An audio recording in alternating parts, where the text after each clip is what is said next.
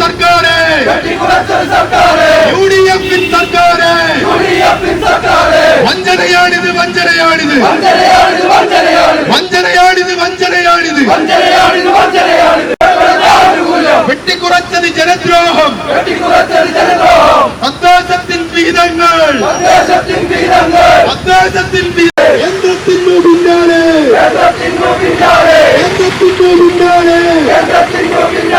സംസ്ഥാനത്തിൻ സർക്കാരോ ഇപ്പടി ഇവിടെ നടക്കില്ല ഇപ്പടി ഇവിടെ നടക്കില്ല. ശ്വാസം മുട്ടിച്ച് ഇല്ലാതാക്കാനുള്ള ശ്രമമാണ് കേന്ദ്ര ഗവൺമെന്റും അതുപോലെ തന്നെ സംസ്ഥാന ഗവൺമെന്റുകളും നാളിതുവരെയായി നിലപാടുകൾ സ്വീകരിച്ചുകൊണ്ടിരിക്കുന്നത്. കോർപ്പറേറ്റുകൾക്ക് അവരെന്താണോ ആഗ്രഹിക്കുന്നത് ആ തരത്തിലേക്കാണ് അതിന്റെ നയങ്ങളും അതിന്റെ തീരുമാനങ്ങളും മന്ത്രിസഭയടക്കം മുന്നോട്ട് പോയിക്കൊണ്ടിരിക്കുന്നത്. കഴിഞ്ഞ 2-3 മാസമായിട്ടാണ് UDF സർക്കാർ അധികാരത്തിൽ വന്നിട്ടുണ്ടെങ്കിൽ 10, 20, 30 വർഷം ഭരിച്ചിട്ടുള്ള ഒരു പാർട്ടിക്ക് എങ്ങനെയാണോ കേരളം ഭരിക്കാൻ കഴിയുന്നത് ആ തരത്തിൽ അരാജകത്വത്തിലേക്കാണ് ഈ കേരളത്തെ മുന്നോട്ട് കൊണ്ടുപോയിക്കൊണ്ടിരിക്കുന്നത്.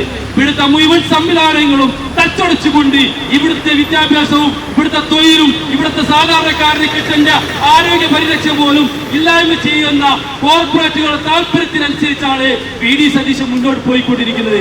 ഈ കാരണ പ്രശ്നമില്ല, ഇത് ഏതെങ്കിലും SDPIക്കാരുടെ പ്രശ്നമില്ല. ഇത് സാധാരണക്കാരായ മുഴുവൻ രാഷ്ട്രീയക്കാരുടെയും മുഴുവൻ മതക്കാരുടെയും മതമുള്ളവരും മതമില്ലാത്തവന്റെയും മുഴുവൻ ജനങ്ങളെയും കേരളത്തിലെ മുഴുവൻ ജനങ്ങളുടെയും പ്രശ്നമാണ്. ഇത് പരിഹരിക്കാൻ മുഴുവൻ ജനാധിപത്യ വിശ്വാസികളും മുന്നിട്ടിറങ്ങണമെന്നും UDFന്റെ ഈ ജനവ്യഞ്ജന തിരിച്ചറിയണമെന്നും ഇതിനെതിരെ ശക്തമായിട്ട് പ്രതിഷേധിക്കാൻ മുന്നോട്ട് വരണമെന്നും. നമ്മുടെ ഭരണകൂടം 3 മാസം തികഞ്ഞിട്ടില്ല, 80 ദിവസങ്ങൾ കഴിഞ്ഞിട്ടേ ഉള്ളൂ.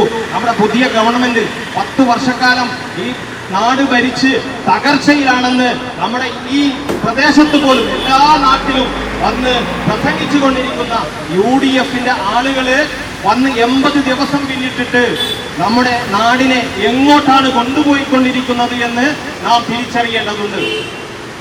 ഈ ഗവൺമെന്റ് അധികാരത്തിൽ വന്ന 1-ാം നാൾ മുതൽ RSSന് അനുകൂലമായി 25ഓളം ബില്ലുകള് അല്ലെങ്കിൽ അവർക്ക് അനുകൂലമായ നടപടികള് UDF ഗവൺമെന്റ് എടുത്തു കഴിഞ്ഞു.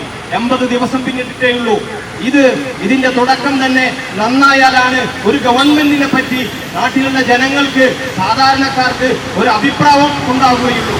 അതുപോലും വകവെക്കാതെ രാജ്യത്തെ കോർപ്പറേറ്റുകൾക്ക് വേണ്ടി രാജ്യത്തെ കേന്ദ്ര ഗവൺമെന്റിന് എതിരെ ഒരക്ഷരമുരിയാടാതെ അതിനെതിരെ ഒരു നിലപാടും സ്വീകരിക്കുകയില്ല എന്ന് ഉറപ്പിച്ചു പറഞ്ഞുകൊണ്ടാണ് നമ്മുടെ മുഖ്യമന്ത്രിയും UDF സർക്കാരും മുന്നോട്ട് പോകുമ്പോൾ ഇതിനെ തടുത്തു നിർത്താൻ നമ്മുടെ നാട്ടിലെ ജനങ്ങളെ സജ്ജരാക്കുന്ന ഒരു സമരത്തിന്റെ തുടക്കമാണ് ഇന്നിവിടെ SDPI നടത്തിക്കൊണ്ടിരിക്കുന്നത്.